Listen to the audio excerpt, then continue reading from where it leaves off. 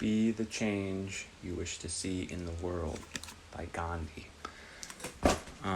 This is my first book talk that I want to do, inspired by reading Rainbow. When I was a kid, LeVar Burton hosted this amazing show that really expanded my imagination and my love for books, as well as my mom being a librarian. That helped a lot. But anyway, Maniac Magee is one of my favorite books of all time.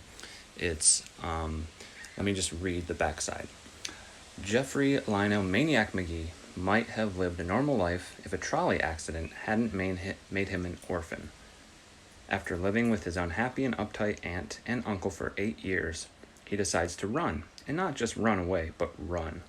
And this is where the myth of Maniac Magee begins, as he changes the lives of a racially divided small town with his amazing and legendary feats.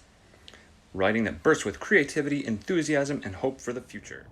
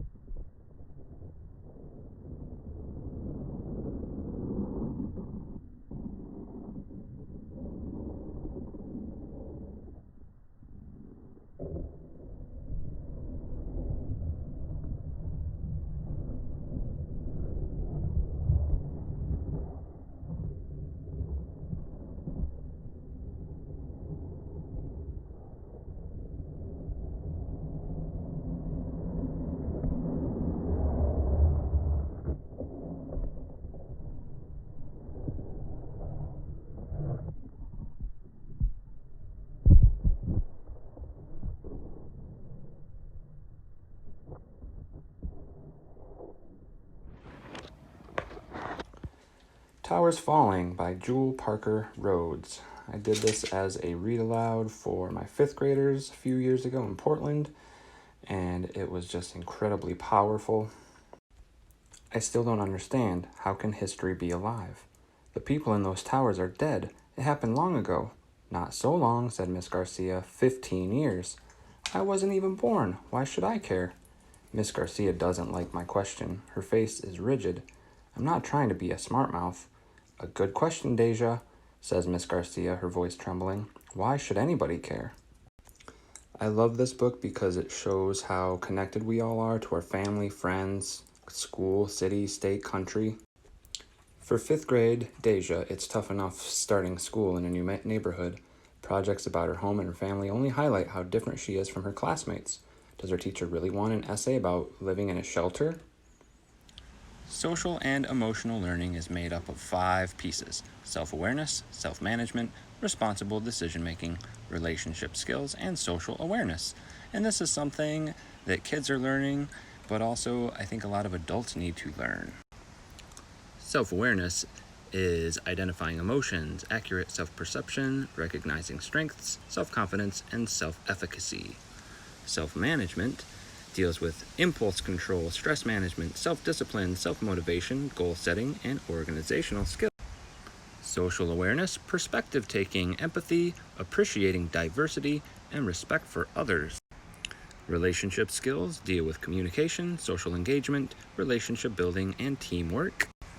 Responsible decision making deals with identifying problems, analyzing situations, solving problems, evaluating, reflecting, and ethical responsibility.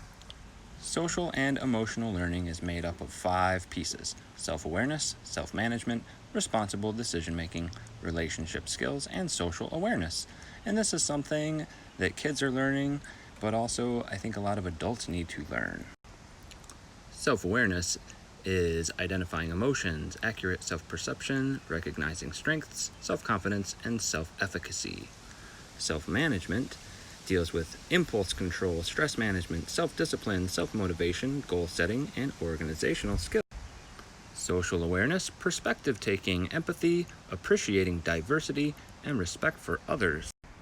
Relationship skills deal with communication, social engagement, relationship building, and teamwork. Responsible decision making deals with identifying problems, analyzing situations, solving problems, evaluating, reflecting, and ethical responsibility. Here are some positive ways to cope with stress. Make healthy choices, get support, understand your feelings, find ways to relax, keep a sense of humor, take action when you can, resolve or eliminate the source of stress, identify how to prevent stress in the future.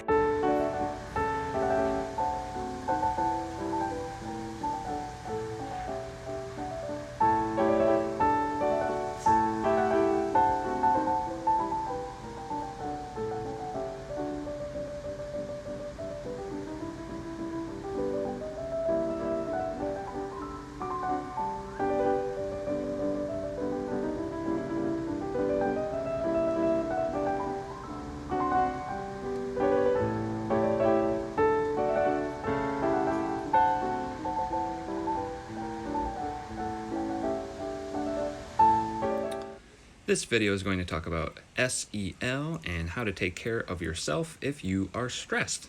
We're all facing stress right now. SEL stands for social emotional learning. In these stressful times, we need to take good care of ourselves.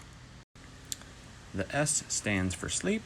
Everyone should be getting 8 to 10 hours of sleep every night if possible. If you're having a hard time sleeping, maybe try some yoga before bed, try to meditate. Maybe put a pillow between your knee, sleep on your left side. That helps to aid digestion. If none of those work, try 4-7-8 breathing. The E stands for exercise. Try to exercise an hour a day if possible, or just go on walks. I walk my dogs twice a day and try to use my rowing machine. The L is leisure, so do something fun. And the F stands for food. Make sure you're eating nutritious food, fruits and vegetables. It's all about perspective. If you change your view, it will change your life. Life is 10% what happens to you and 90% how you react to it. Fixed mindset. Failure is the limit of my abilities. I'm either good at it or I'm not. My abilities are unchanging. I don't like to be challenged. I can either do it or I can't. My potential is predetermined. When I'm frustrated, I give up. Feedback and criticism take personally. I stick to what I know. Growth mindset.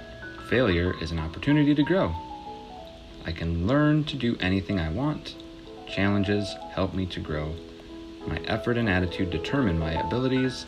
Feedback is constructive. I'm inspired by the success of others, and I like to try new things. Do you have a growth mindset or fixed mindset?